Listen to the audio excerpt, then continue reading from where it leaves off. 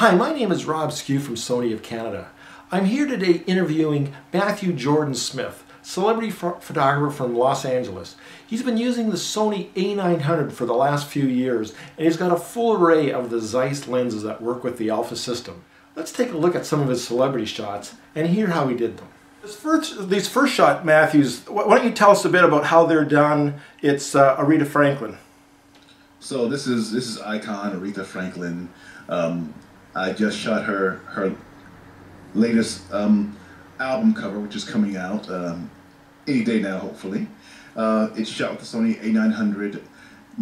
I guess my two favorite lenses would be the 85 and the 100 macro. And every now I use other lenses as well, but those two are my workhorse lenses that I use most of the time. And these shots were shot with the 100 macro. Actually, I went back and forth from the 100 macro to the 85, and it was an amazing day. You know, it's Aretha Franklin, so you can't go wrong. Right. Now, with someone like this, for a CD or an album cover, how long do you have to work with her? Like, do you get more time than a normal entertainment shoot, or you know, are you there all day? How long did you get with her? Well, I've been shooting her for like the last 5 years, so I had her all day. Actually, this shoot was all day, all night, actually, because we shot in studio all day. Then we took a break for like an hour and a half, and then we met up again at night, and we shot in Times Square at night. So it was a long day shoot for this as well, but it was a fantastic day as well. Right. And now, how long have you been using the full frames from Sony?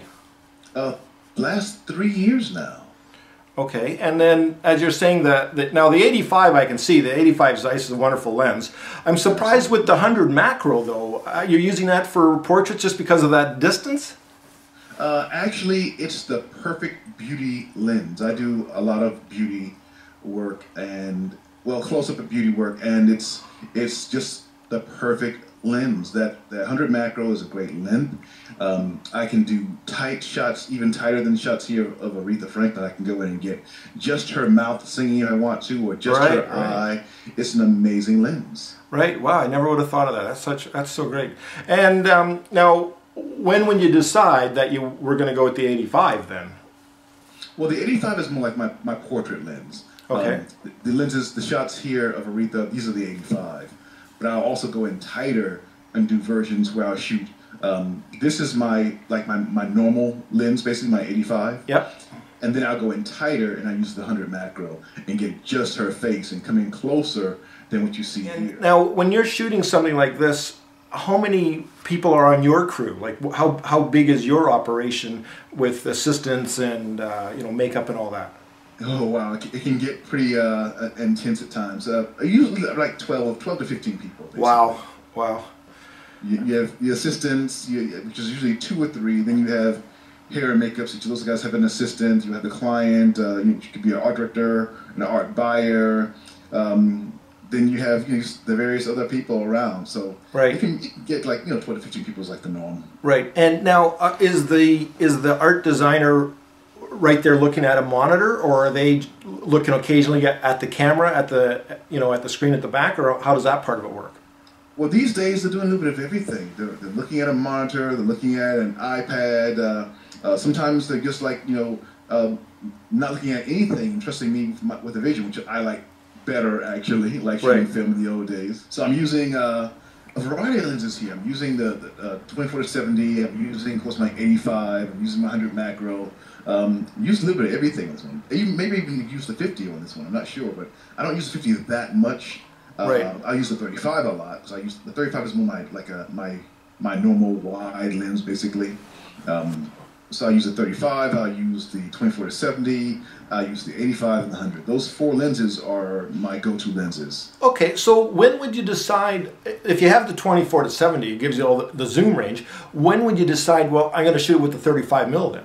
Because you've already got the 35 focal length covered in the zoom. Like what's your thinking process that I'm going to switch from the zoom that covers 35 to a prime 35? The primes are always, I'm old school in that way. Primes are always sharper. Okay. So I tend to go with the primes more than the zooms. Even though the zooms have come a long way these days, I still prefer my prime sometimes. And what about the actual the f-stop? You know, the 85's a 1.4, the 35's a 1.4. Are you shooting wide open much that you need that 1.4, or are things basically strobed and you know you're at 5.6 or 8 or whatever anyways? I actually do shoot fairly wide open quite a bit, so I like to have the speed of the lens. A lot of my beauty work is shot sometimes wide open because the beauty of seeing that, if you're focused on just the eyes, everything else goes out of focus and it looks like an old-fashioned painting. It's beautiful. It also gives you this subliminal softening of the skin. So if you have a subject who does not have great skin, if you shoot wide open and focus on just their eyes, you get this beautiful, beautiful skin texture. Makes sense. Now, I'm surprised that you haven't mentioned the 135 much. The Zeiss version of it, you know, nice and fast for sure at 1.8. But is that working distance too great now for a 135 on the full frame? It is at times. I just did an assignment last week. We shot a jewelry assignment on the beach, and I used it there last week actually.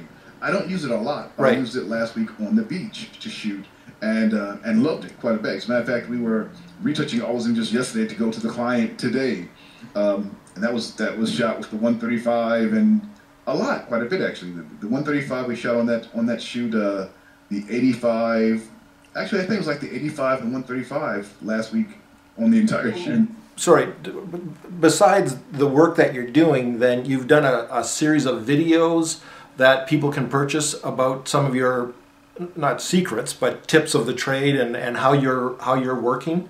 They can download those from your website.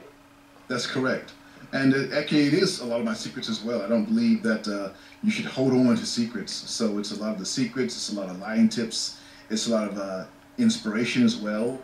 Right. Okay. Now something like this shot done with one light. Intensive light.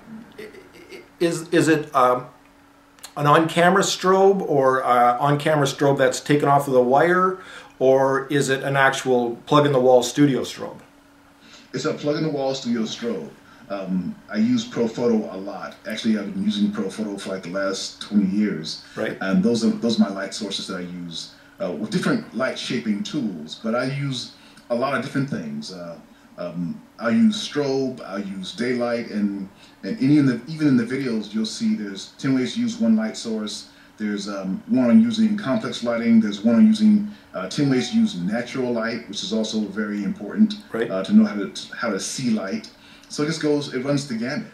Now, what photographers' work have you admired and looked at over the years, saying, "Wow, I love the way they do it. They were cutting edge. I really like what they've been able to do." Well, the first photographer that inspired me, believe it or not, was Ansel Adams. I fell in love with his black and white, and I still love it. If I see a show of his work, I'll still go see it. I loved his work in the very beginning, and it probably pulled me into photography a lot by seeing his work. Yep. In terms of fashion photographers that I grew up admiring, I'd say Irving Penn and Avedon, Dick Avedon were my favorites. Yep, for in sure. the early days. Then now, photography that I really like a lot, or two that I like a lot, are Annie Leibovitz, of course. Yep. And Stephen Meisel. Those two are, I guess, my two favorites these days. Right. Very interesting. Well, when I was in college years and years ago, Avedon's show was in Toronto, and he had a picture of John Lennon that I just thought was outstanding. I mean, I loved his work forever, and his fashion work and his portrait work was all brilliant. But this John Lennon shot was spectacular. And I've seen that shot. Yeah, and Irving Penn, I got to go to the Morgan Library in New York City, where he was having his probably the most recent show till he passed away. But tremendous photographers, and so great to see the original prints. Yeah, I agree. There's nothing like seeing a real print. Nothing like it at all. So I love going to shows to see work like that. Yeah, great. Well, I'm not going to take any more of your time. I appreciate it. I think everything is working technically. One thing I would like to say is, like, even the Twitter. I give out daily tips on Twitter, and my Twitter handle is Matthew_Jordan S on Twitter. Okay. I always try to give tips every day about photography on that. So if you want daily tips, you can go there, or even to my blog, where I give a little more. And the blog is MatthewJordansmith.blogspot.com.